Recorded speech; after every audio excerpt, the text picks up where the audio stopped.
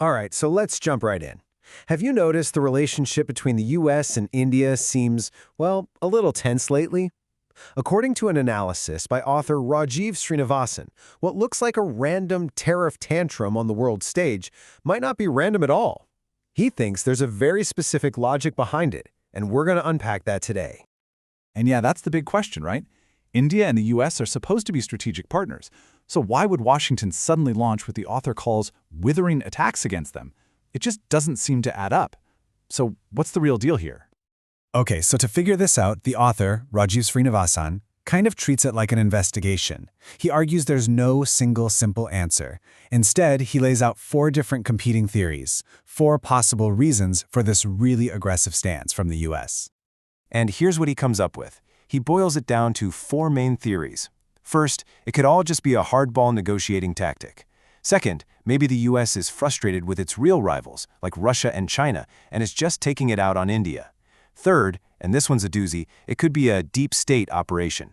And fourth, it might just be a simple America-first economic strategy. First up, we have theory number 1, and it's probably the most straightforward. Is it all just a negotiating ploy?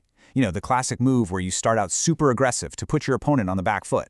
The idea is you soften India up before you even get to the real talks, putting you in a much better position to get what you want. Okay, theory number 2 is interesting. It suggests that maybe, just maybe, this isn't even about India. The thinking here is that the US feels like it has no real leverage over its biggest competitors, Russia and China. So all that pent-up frustration gets aimed at a partner like India, where the US thinks it can actually push and get a result. Now, theory number 3. This is where things get a lot more, let's say, intense. The author speculates that this might be part of a secret, coordinated effort by what he calls the deep state to actually destabilize the Indian government. It's a heavy accusation, and we're definitely going to dig into this one more in a minute. And that leaves us with the 4th and final theory, which is all about the money. It's about economics, pure and simple. The argument goes that the US seriously regrets letting so much of its manufacturing go to China, and now it wants it all back. If that's the case, the last thing it wants is for India to become the next global manufacturing hub. So all this pressure is just a way to protect its own economic interests. All right, let's circle back to that 3rd theory, because it's a big one. This whole idea of a deep state operation. It's a term you hear a lot, usually referring to these powerful, unelected figures inside a government who are supposedly pulling the strings behind the scenes, following their own agenda. So the whole idea here hangs on a concept the author calls the anti-Thucydides trap. Now, you've probably heard of the regular Thucydides trap, right? It's when a rising power threatens an established one, and it usually leads to war. Well, this theory flips that completely on its head. The author argues that the US, instead of fighting its challenger, China, actually helped it grow. To really wrap your head around this, the author uses a really cool historical parallel, the Treaty of Tordesillas from 1494. This was when the Pope literally took a map and drew a line down the middle of the world, giving half to Spain and half to Portugal. The theory is that something similar, but unspoken, is happening now, a condominium where the US and China have basically carved up the planet. And if a deal like that is actually in place, the stakes are, well, they're huge. In a world split between just Washington and Beijing, there's not much room for anyone else to be an independent power. The author is pretty blunt about it. He says in that world, countries like India, Japan, and Australia would basically become Chinese vassals. So you might be thinking, wow, that's a pretty cynical take on global politics. And you'd be right. But the author argues that history is full of examples of powerful nations putting profits way ahead of principles. He points to a couple of case studies to make his point. He gives us 2 really sharp examples to think about. First, the 1973 oil crisis. His claim that the US was perfectly fine with oil prices going through the roof because all that extra oil money, the petrodollars, was being spent on American weapons. As he puts it, no morality there. Then he jumps back to the 1780s in India, arguing the British let a local ruler named Tipu Sultan do all the looting, and then they just swept in, killed him, and took the treasure for themselves. The takeaway? No morality there either.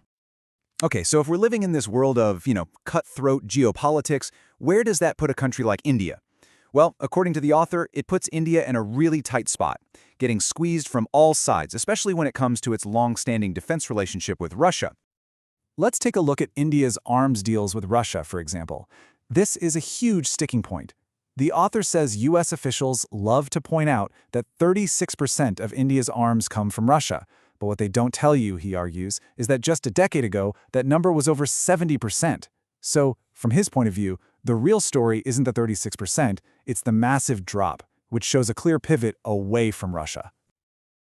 So, when you're facing all this pressure, no matter what the real reason is, the author says India can't just sit back and hope for the best. It needs to get proactive. It needs to develop its own leverage. It needs a serious bargaining chip. I mean, think about it. In this big global chess match, every major player needs something the other side wants, right? China basically has a monopoly on rare earth minerals, which are in all our gadgets. OPEC, of course, has oil. These are massive bargaining chips. So the author asks a pretty critical question. What does India have? And this is where he lands on a really specific, maybe even radical proposal. He points out that the U.S. might force out around 100,000 highly skilled Indian workers on H-1B visas. He says India shouldn't see this as a disaster, but as a golden opportunity. He argues that this huge wave of returning talent could be the key to building the next generation of killer software products, giving India its very own, very powerful bargaining chip. And that's where the analysis leaves us. It's a pretty bold idea for sure. But it also gets you thinking about a much bigger question, one that every country has to face. In a world where the balance of power is constantly changing, what really is the ultimate bargaining chip? Is it oil? Is it minerals? Or could it be what this author is getting at? A critical mass of human talent and innovation. That's a fascinating idea to think about. Thanks for tuning in.